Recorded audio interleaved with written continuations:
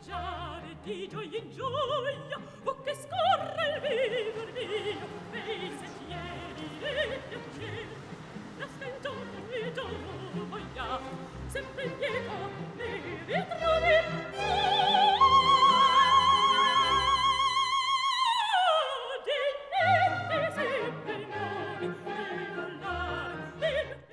Ongi etorri prentsaurreko honetara.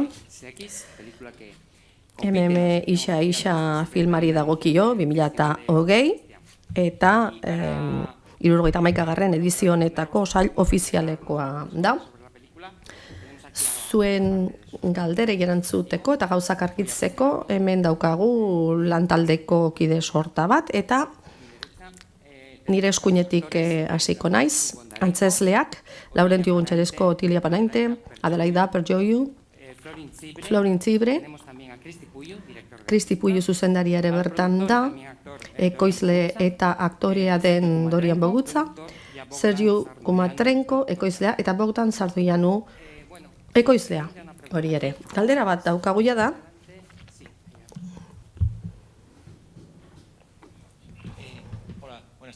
Kaixo, arratsaldeon. Yo quería preguntar por el...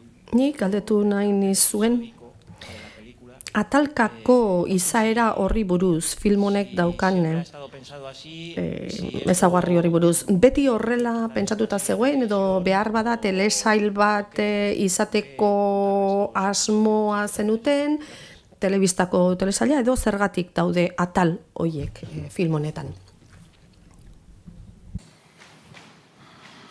I hope I got the question. For you. I don't think I got the question. Bai, berriz esango duzu galdera mesedez? Ez dut entzun, ez dut ulertu. Intended as a feature film, or you have another idea first and then? No, it was the fact. This is the film was born in. Filma sortu zen taller batean. Organized by Dorian Bogutza and Dragoș Bucur. They have a Dorian Bogutzak antolatua, taller hori, berak eskola bat dauka, interpretazio eskola bat,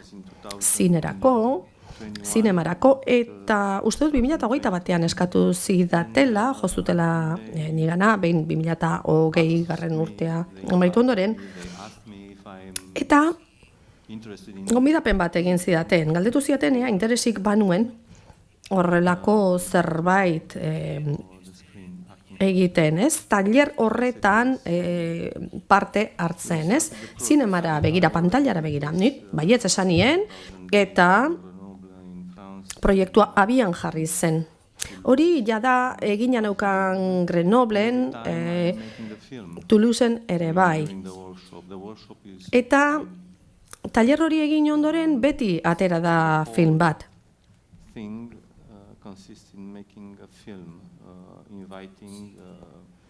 Taller horiek film bat ekartzen duten, ez? Nolabait eraman bultzatu egiten daute, ez? Ni bakarrik, baita antzesleak ere, aldugun guztia, alduten guztia egitera bultzatzen gaituzte, zertarako eta hobetzeko. Ba, bueno, ikaslek eskolan bezala. All their investment is having to do with cinema, working. Azken batean, inbertsio hori lotuta dago zinemarekin, testu batekin lan egiten dugu, istorioak beraiek proposatuak dira, baita guk ere. Historia horietaz hitz egiten da, eta parte hartzaileek gidoian parte hartu zuten baita ere.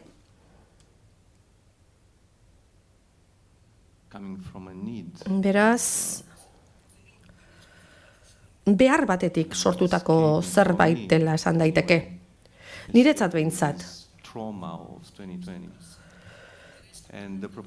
Nolabait trauma batetik ihes egitea ekarri zuen. 2020ko garai traumatiko hartatik, ez? Eta istorio batzuk biltzea, hain zuzen ere, esperientzia horretatik eroterriak, ez? Itxialdiaren ondorio sortutakoa urte arraro horretan zehar. Telebistarik ez, dirua irabazteko asmorik, ere ez, bat ere ez proiektu honekin. The right answer. I don't know. Baina esango nuke hori dela erantzun egokia. Hi there. Here. My question is for the main actress. Kaixo. Hi. I wanted to ask Nik about aktore nagusieri galdetu nahi diot, nola lan egin duen, pertsonai horrekin, ze denboraren erdia telefonoan ematen duzu, nola egiten duzu hori, ze beste aldean ez dago inor, nola egin duzu lan horrekin.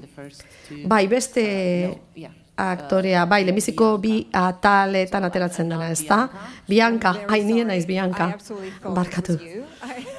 Barkatu, uste nuen zu zinela. Ez, oso ondo hartuko dut, eta sentitzen dute.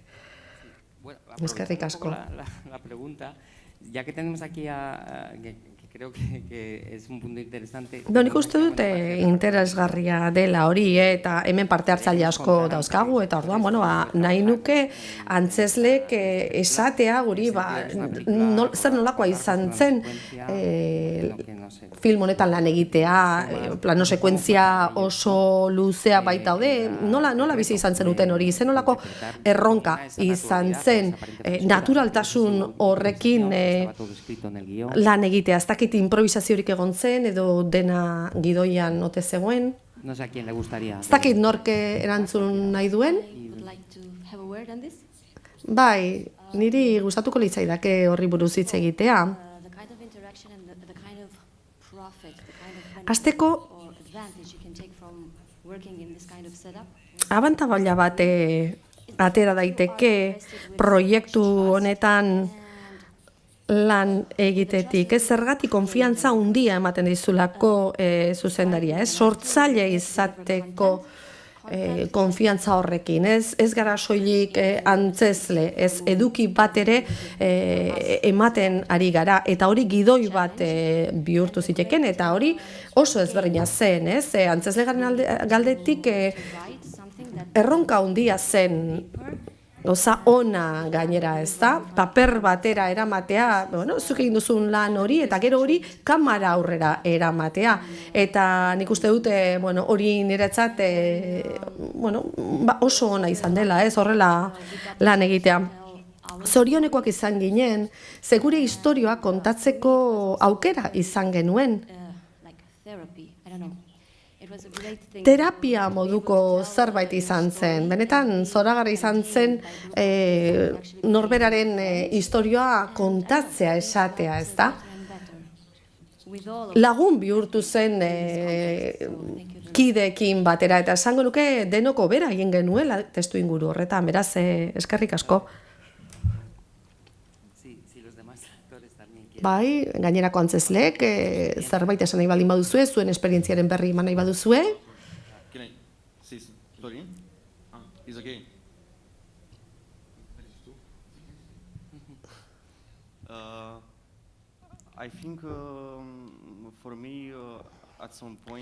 Bai, niretzat, une jakin batean,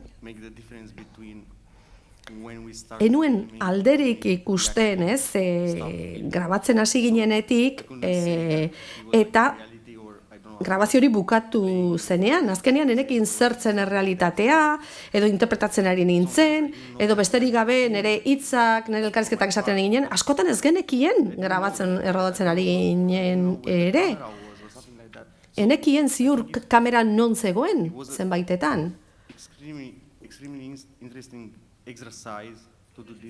Beraz, oso ariketa interesgarria izan zen. Izan ere, niretzat, era bat konzentra nintzeken Biancarekin egiten ari nintzen horretan, ez da, beraz zen beste pertsonaia aurrean neukana. Beraz, hori izan zen alde nagusia, niri dagokidanez. Plano sekuentzia luze horietan zehar, zaila izan zen? Ez dakit? Bai, oso zaila izan zela esango nukenik. Baina hainbesteieko konfiantza eman ziguten, errenditu egin ginen, ez genuen beste remediorik izan, eta egin behar izan genuen. Bai, hasi ginen, abiatu ginen, behin berriz, ezakit. Sí, quizá Adelaida también y Florin pueden cortar. So for me, so we did the text. Bai, niri dagokidanez, Writing text. bueno, testua prestatu genuen, eta hori alderdi bat izan zen, Igorrekin batera idatzi nuen, beraz dago gaur hemen, An experience actually Dorian had in his, eta Dorianen esperientzia batean oinarritu zen, beste bizitza batean, dio bizlariak. this was one thing. So yeah. Beraz, hori izan zen alderdietako bat, ataletako For bat, ez? that, we Baina we had some hori baino lehen, horren aurretik, therapy because it was group therapy. ez dut terapia aipatu nahi, baina, bueno, taldeko terapia bat izan zen.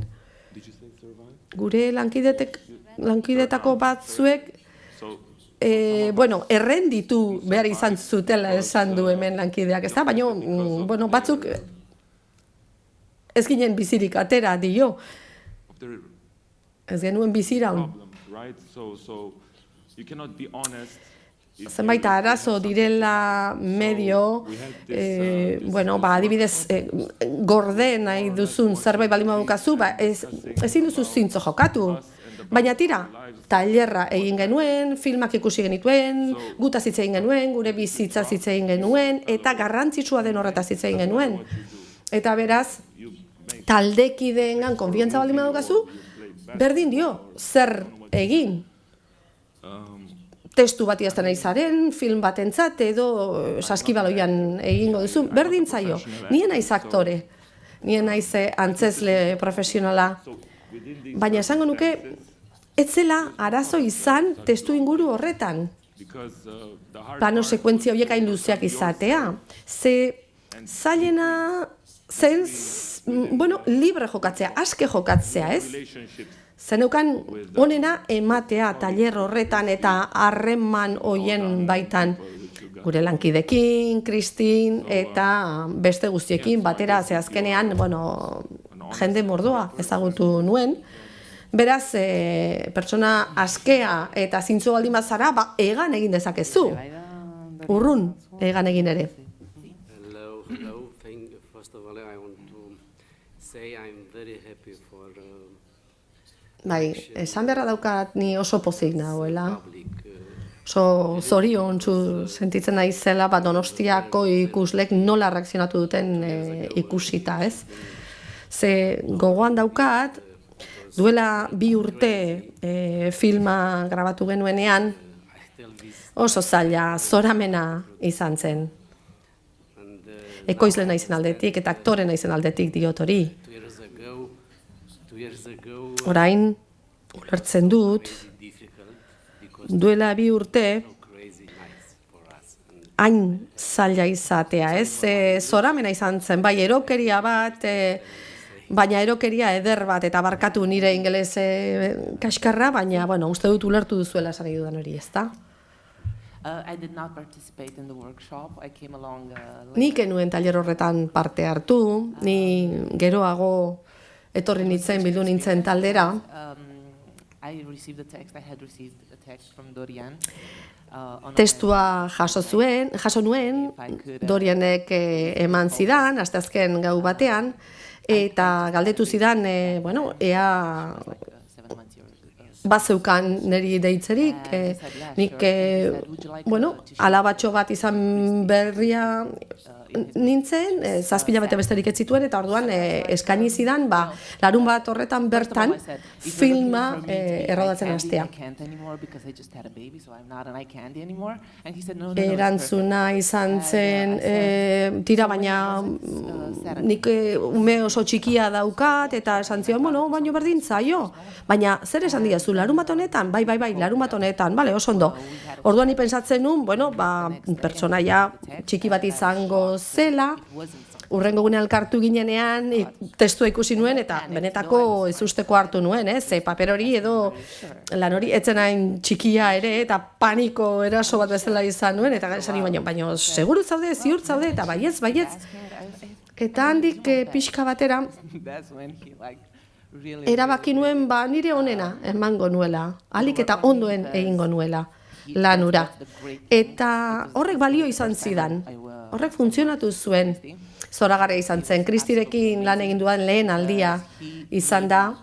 Eta, bueno, harrigarria izan zen. Ze pertsonaia hori interpretatu arazi zidan modu jakin batean, zenuen pentsatzen hori egiteko gai izango nintzenik, ezta? Alegia, nire lerroak, nire elkarrizketak ikasten dituen, eta gero, filmatzera iritsi nintzenean, lerro horiek bota besterik enuen egin. Beraz, oso esperientzia laburra, baina bizi-bizia izan zen. Bueno, horrela bizi izan nuen. Oso intentsua izan zen dena. Eskerrik asko. Estamos en la primera fila. Sí, hola otra vez. Kaixo berriz ere. Nik jakin nahiko nuke, bueno, eszenaratzea, plano luze hoiek, filmean ikusten direnak, bai, oso luzeak ikusten ditugu, baina beste batzuk ere bai, ez, bat ere luzeak ez direnak. Baina eszenaratze horri dagokionez, noiz erabakitzen du zuzendariak istorioetako bat, plano ia finko batekin errodatuko dela, somugimendu txikin, eta beste istorio batzu berriz ez, noiz erabakitzen da hori? Gidoia prestatzen ari zarenean, edota gidoia bukatuta dagoenean, eta ja produkzioan, ekoizpenean sartzen denean.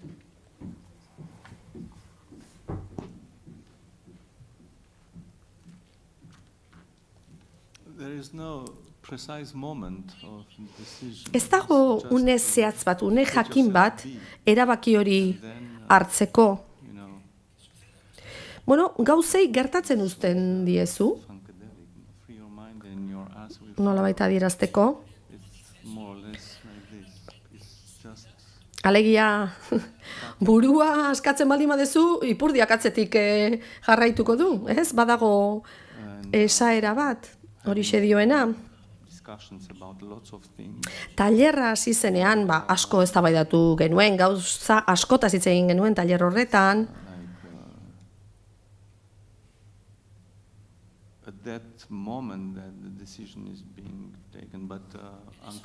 Eta une hartan hartu genuen erabakia, baino ez modu kontziente batean, ez? Errebelazio moduko zerbaiten bitartez. Alegia, erabaki hori sorda adin utzi genion, ez? Ez dugu informazio guztia paper batean kokatzen eta gero erabaki bat hartu, ez dakizen neurketa zehatz egin ondoren, ez da horrela. Ez da horrela gertatzen.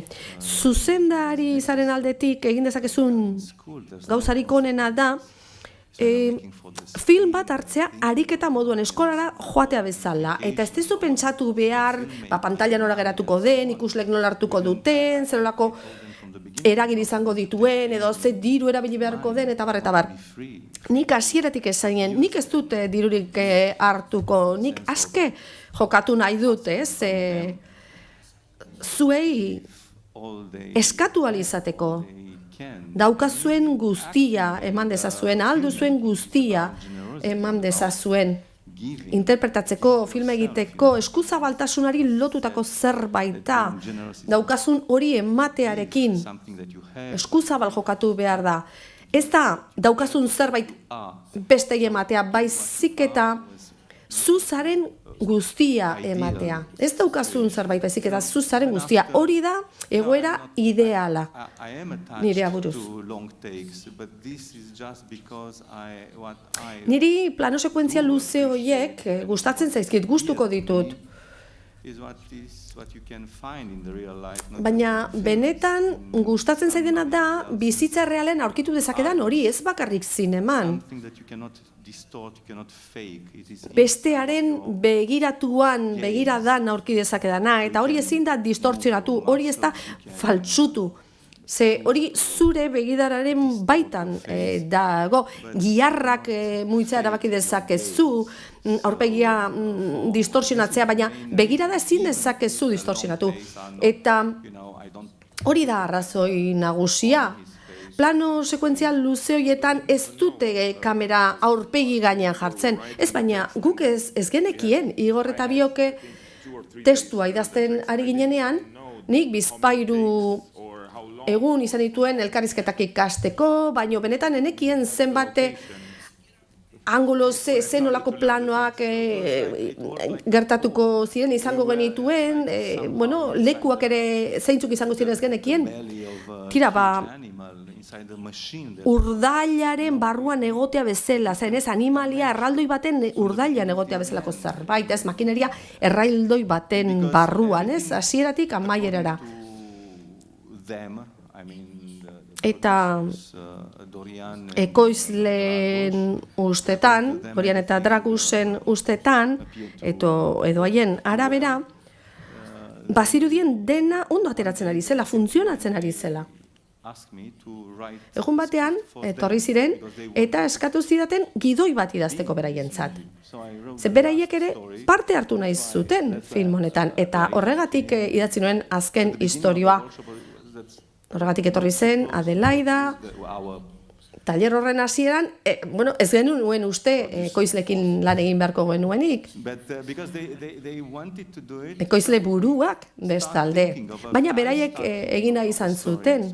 Eta orduan, ni istorio bat hartu nuen, eskutan azken istorio hori, eta gero pertsona hauek guztiak bildu genituen, ez? Baina esan bezala, animalia handi baten antzeko zerbait izan zen.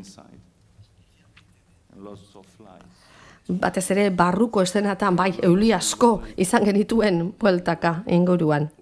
Bai, gogoan daukat une jakin bat,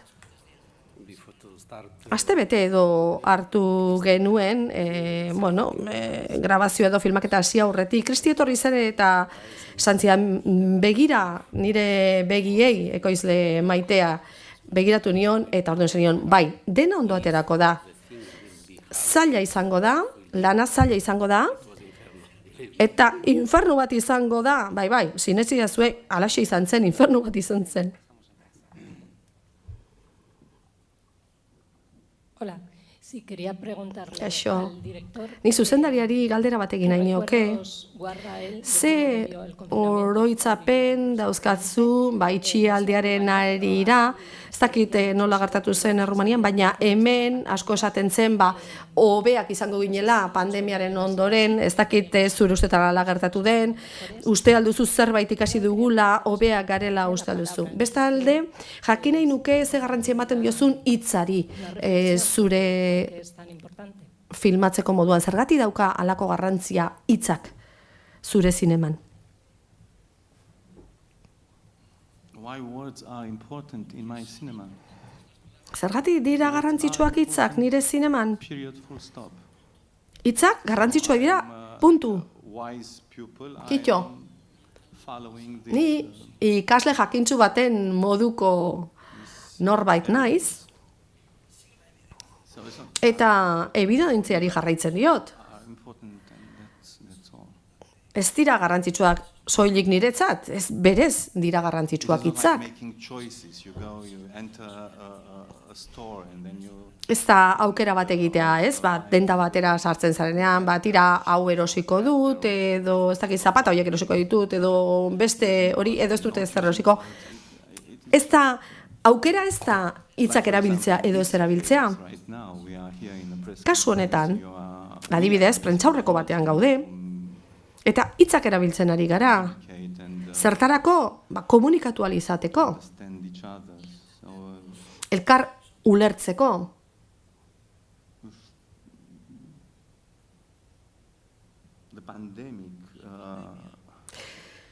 Pandemiari buruz zer esan. Zerbait ikasi ote dugun galdetzen didazu, ez dakit.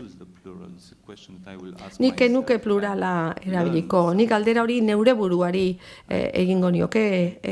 Nik ikasi aldut ezer, baina ez dakit nago ziur. Guk, denok, zerbait ikasi ote dugun, nik ez dut hori ebaluatu behar, baloratu behar.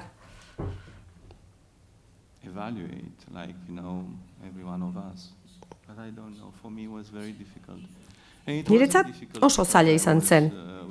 Eta etzen zaila izan, etxean egon behar genuelako, ez galdera asko zeudelako erantzunik gabeak, eta horregatik izan zen zaila, ze beldurra zegoen tartean, ez? Agintariek sustatu egiten zuten beldur hori, norbanakoaren barruan, eta hori oso zaila egin zen, oso zaila izan zen hori ulertzea, hori bizitzea eta ulertzea esan bezala. Eta oraindik ere ez daukat erantzunik, galdera asko dauzkat, baina erantzunik ez. Bueno, gauzak horretan daude, behar bada horretan geratuko dira. Baina hitzen kontu horri itzuliz, behar bada erantzun hau hobe izango da. Ni zinemara iritsi nintzen literaturaren esparrutik, liburuak irakurtzetik, eta artista izan nahi nuen, horretarako prestatzen ari nintzen, artea, zinema, literatura, eta gero askoz geroago, 25-26 urterekin, erabaki nuen orduan bai, zinema egiten ikastea, eta behar bada hor dago arrazoietako bat, zergatietako bat, lotura hori ez, literaturarekiko lotura horren zergatia. Celebrar la película y en general toda la trayectoria de Bueno, zorionak eman dizkiot Kristi Pulluri lan honengatik eta beste guztiengatik.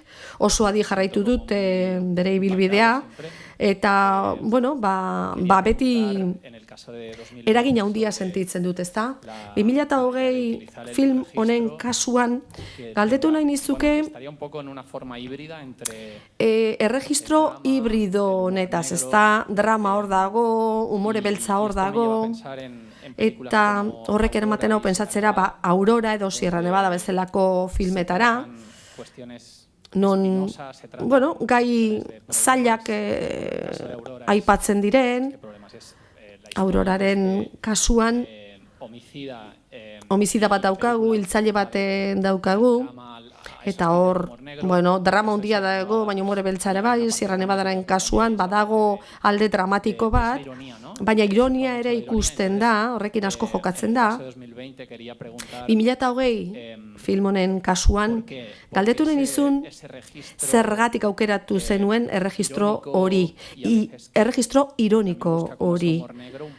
Umore beltzera ere jotzen duena, gai tragiko bat ukitzerakoan, hain delikatua, ez da? Pandemiaren alegia.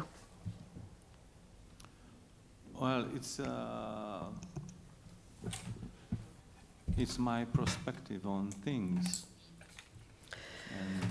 Tira, hori da nire ikuspegia, gauzen inguruan, ikuspegi hori daukat. Zuk ere egin duzu, azterketa bat, nire zinemaz, nire filmez, labur. Eta nik uste dute biok arrazoia daukagula.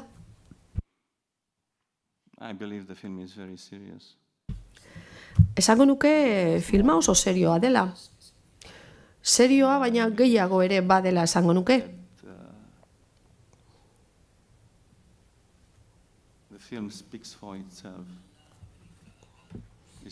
Eta nik uste dute filmak berak hitz egiten duela. Kontua ez da nik filma deskodetu beharra, ez dena barruan dago, filmaren barruan dago. Eta arrasto bat emateagatik, aurren hilketarekin lotuta dago, baina nik uste dut hau tragikoagoa dela. Guk bizi dezakeguna baino, gure apartamentuan, itxialdi batean zehar. Uste dute deno garela erantzule, eta ez bakarrik horregatik. Eta esango nuke hori oso serioa dela. Denok daukagu ardura bat.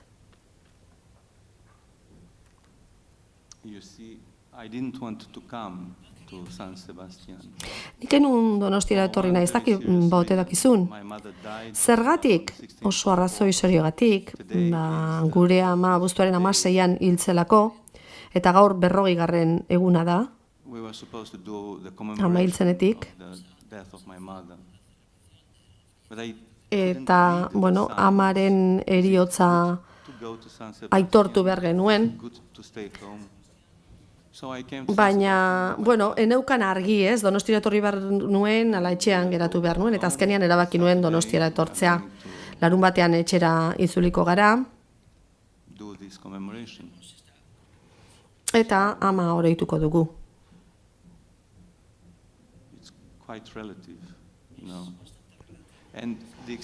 Dana erlatiboa da. Eta kanpoko arrasto horiek, zuk ikusi uste izan duzun hori, ulertu uste izan duzun hori, bueno, guk arreta jarri behar dugu, alderdi horietan guztietan.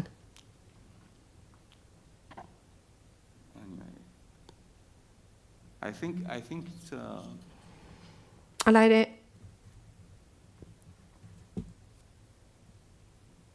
I think it's very, extremely dangerous not to talk about what happened. Nik uste oso arriskutsua dela gertatu zen hartaz ez hitz egitea. 2020an, 21, 22, 23, 24 berdin zait, ez da bukatu, ez da amaitu. Eta horretaz hitz egiten ez badugu,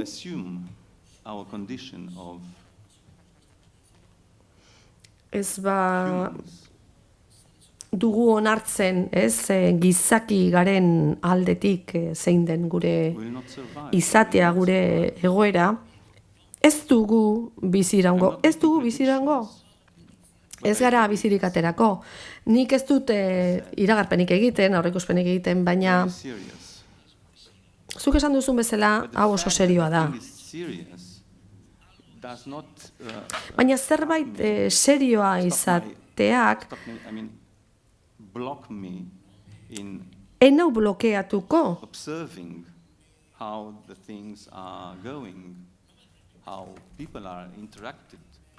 Alegia, nik ikusten dut gauzak nola gertatu diren, eta jendea nola erlazionatu den, zenolako harreman izan duen.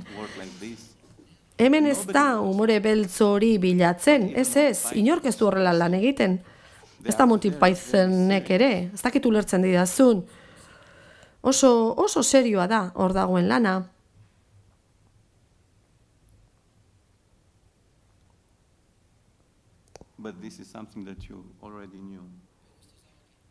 Baina hori zuk bazenekien jada, ez da? Edo behintzat guk bagenekien. Beraz ez dizut erantzun, ez diot zure galderari erantzun, besterik gabe denok genekien hori errepikatu dut, jada denok dakigun hori errepikatu dut. Bueno, ala espero dut behintzat. Sí, tenemos otra pregunta ahí. Hi, for the director, just back a bit to the Zuzendariari galdetu nahi nioke, atzera berriz zinema estiloari buruz, hitzei buruz, niri iruditzen zait hitzak, elkarrizketak ekartzen dituzula zinemaren tresna moduan, argia, kameraren mugimendua, soinua bezala, eta ez hainbeste literatur esplorazio moduko baten gisa.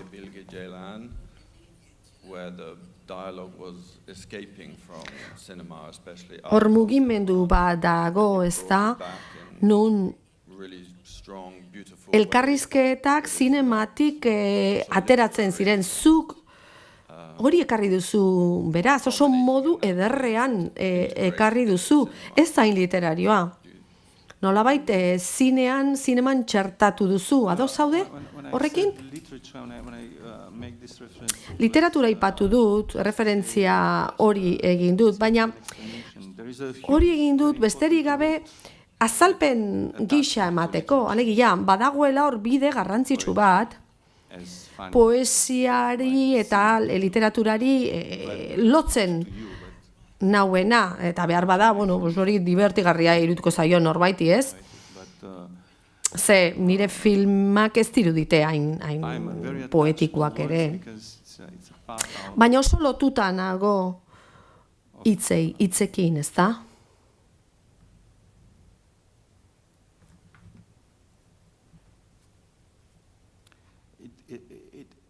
It's a part of this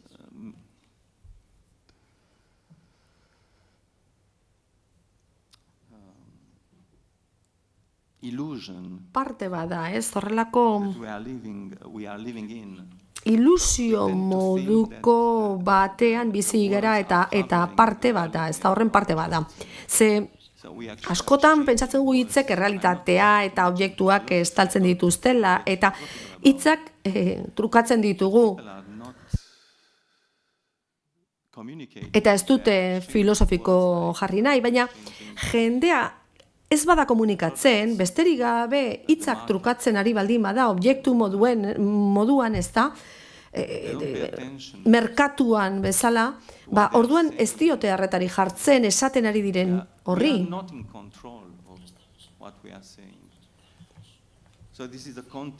Ez dugu kontrolatzen esaten dugun hori, ze hor, testu inguru bat daukagu filmarena, gero, prentsaurrekora etortzen gara, galdera batzu daude, saiatzen gara erantzuten, ingelesa ez da nire hizkuntza, ez dut hainbeste menderatzen, beraz, saiatzen naiz hor ere hitz egokiak aurkitzen, galdera erantzuteko, eta gero nireak ez diren hitz batzuk erabiliko ditut baita ere ingelesaren baitan daudenak. Beraz, nik uste dute ulermen maila batera iritsi naitekeela, hitzak erabiltzen ditut, edo hori egiten saiatzen naiz erantzuteko, baina hori egunero gertatzen da, hizkuntza bera hitz egiten dutenen artean. Leku ezberdinetatik etorritakoak, munduko leku ezberdinetakoak etorriak, eta uste dute egunerokoan elkar ulertzen dutela, usteak partekatzen dituzte, pentsamendua partekatzen dituzte, trukatzen dituzte.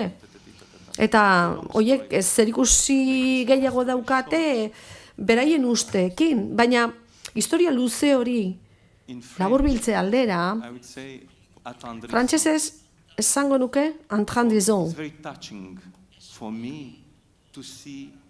Hunkigarria da niretzat ikustea nola ez garen gure bidea aurkitzeko gai. Maitasuna espresatzeko garaian, ez? Bestearenganako sentitzen dugun maitasun hori hain zuzen ere. Eta horrek hunkitu egiten hau.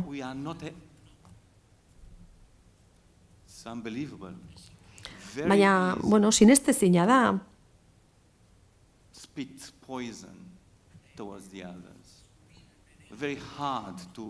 Besteen kontra egitea oso erraza da, baina maitasuna adieraztea oso zaila zergatik. Tira, esan dudan bezala hori oso historio luzea da. Eta tailerrean zehar asko hitz egin genuen hain zuzen ere gai horri buruz. Eta denok saiatu ginen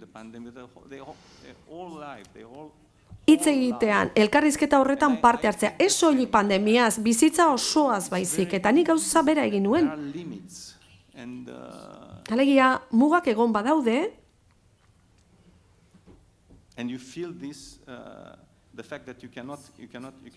eta sentitzen dugu zure hitzak ezin ditula estali edo adierazi errealitatean gertatzen den hori guztia, ez? Zure sentimenduak, eta bar. Behin zure diskurtsoa egin ondoren, jendeak entzuten dizu, baina gero ja ustuta bezala sentitzen zara, helbururik gabe, ia zentzua galduta. Neurri batean, helburu hori galtzea edo galduta sentitzen zara. Egonkortasuna galduko bazenu, oreka galduko bazenu bezala sentitzen zara. Baina hori guztia oso lotuta dago literaturarekin, zinemarekin, eta maixutzat dauzkadan zuzendaria Jon Cassavetes, Le Maire, eta beste askok ere, bueno, asko baitaude, hori egiten dute. Ni bizi naizen mundu honetan jendeak hitzak erabiltzen ditu. Eta hitzak ez erabiltzea artifiziala izango litzateke. Behar bada istorioak edo egoerak justifikatuko luke, baina hitz horiek paper gainean jartzea gauza bada, eta gero horiek ahoz espresatzea, adieraztea, bueno, dimentsio erabat ezberdina da. Beste zerbait da. Eta hori gertatzen ari da. Baina hori ezin du inork egin, alegia ez antzezleek, zuzendariak, borroka batean murgilduta zaude, behin eta berriro, eta halako batean gertatu egiten da, funtzionatu egiten du, eta gero, pentsatzen zu, tira, orain ulertu dut, eta behar bada, beraiek ulertu dute, eta, bueno, guazen berriro ere saiatzera, eta baliteke ondoren ez gertatzea, ez funtzionatzea, behar bada, egun askotan, hori guztia, horretaz guztiaz jabetuta egon behar duzu, hor mirari bat da ego. Arteak horrekin daukazan ikusi, alegia, zer jasotzen duzun, zer gertatzen den, baina ez dakit nola, nun gertatzen den. Big Bang bat dagor? Beste batzuk esaten dute jangoikoa dela, ez dakit zer da nor den, baina ez zara zu. Eta nik hori badakit. Ez zara zu, zuzendaria, antzezlea, gidoia, edo argazkilaria. Ez hori halako batean gertatzen da,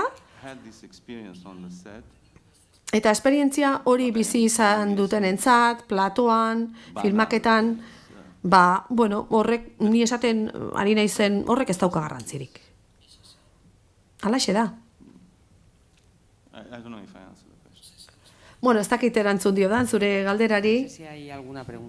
Bada beste galderarik, azken bat hartuko genuke, bestela bukatzen joango gara. Ez dago galderarik. Ekoizleak ere hemen daude, ez dakit beraiek zerbait erantzi nahiko luketen, filmari buruz, proiektuari buruz. Sergio eta Bogdan, kaixo eta mila esker, ona etortzeatik guretzat oso garrantzitsua da. Eta Laster Kristik esan duen bezala, bueno, edo labur, hobeto esan da, bueno, proiektu hau mirari bat da. Ez Dorianek deitu zidan eta esan zidan, aizu, argazkilari bat edo, argazkilaritza buru bat aurkitu dezakegu Moldavian? Bueno, Kristi Puiu hor zegoela esan genuen, esan zian, bueno, badakizu nor den, ez da, eta bai, jakina, ni banekien. Beraz, hor bildu ginen proiektura, gogorra izan zen, baina niretzat pertsonalki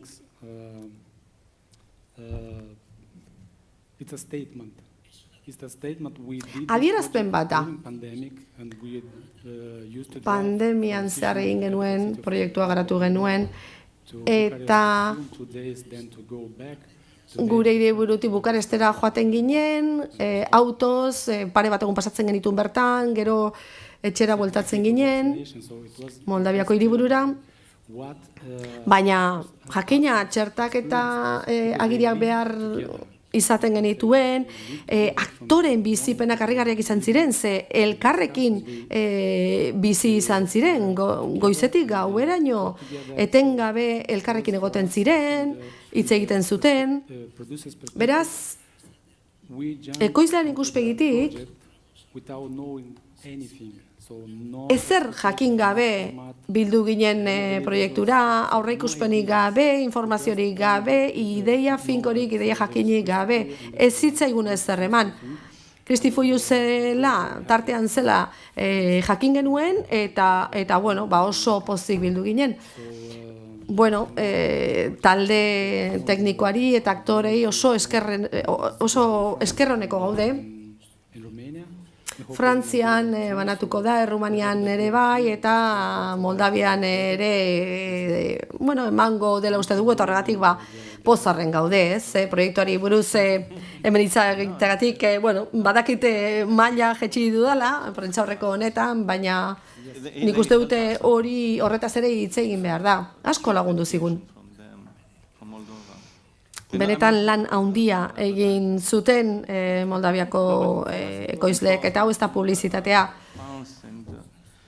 Frantziakoak ere bai, lan handia egin zuten, Drago, Sanka, alik eta lanik onena egin zuten, ze hemen inbertsioa ez dago erakunde handi batetik, saiatu ziren dirua altzuten lekutik ateratzen. Antzezlek tailerra egiteko ordainu egin behar zuten, eta gero diru hori filma bera egiteko erabili genuen.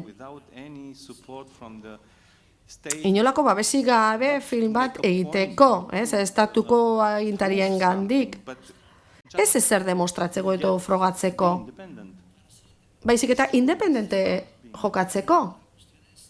Independentziaz jokatzeko, ze hori da gakoa eta horreko gorra egin zuen. 12 egunetan filmatu genuen. 12 egunetan. Beraz, performance moduko bat izan zen. 12 egunekoa. Nik aipatu nahi nuke, ni Bukaresten bizi naizela,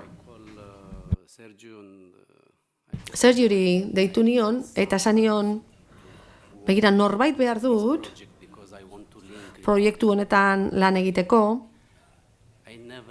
ze Moldaviako Errepublika eta Errumania lotu egin nahi ditut. Ez aztu, ni Moldavian jaio nintzela, eta, bueno, osagai horiek oso garrantzitsuak izan ziren. 3. aldiz esango dut, hain nago zoriontsu,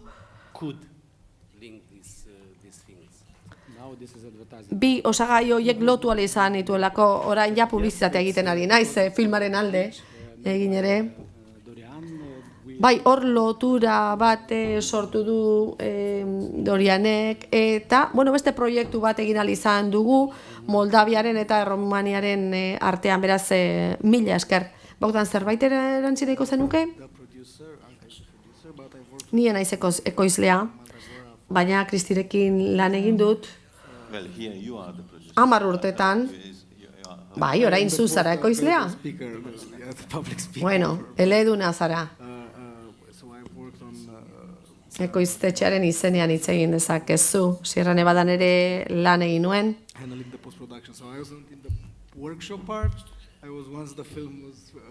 Nien nintzen tailer horretan egon, ekoizpearen, bueno, postprodukzioan egin nuen lan.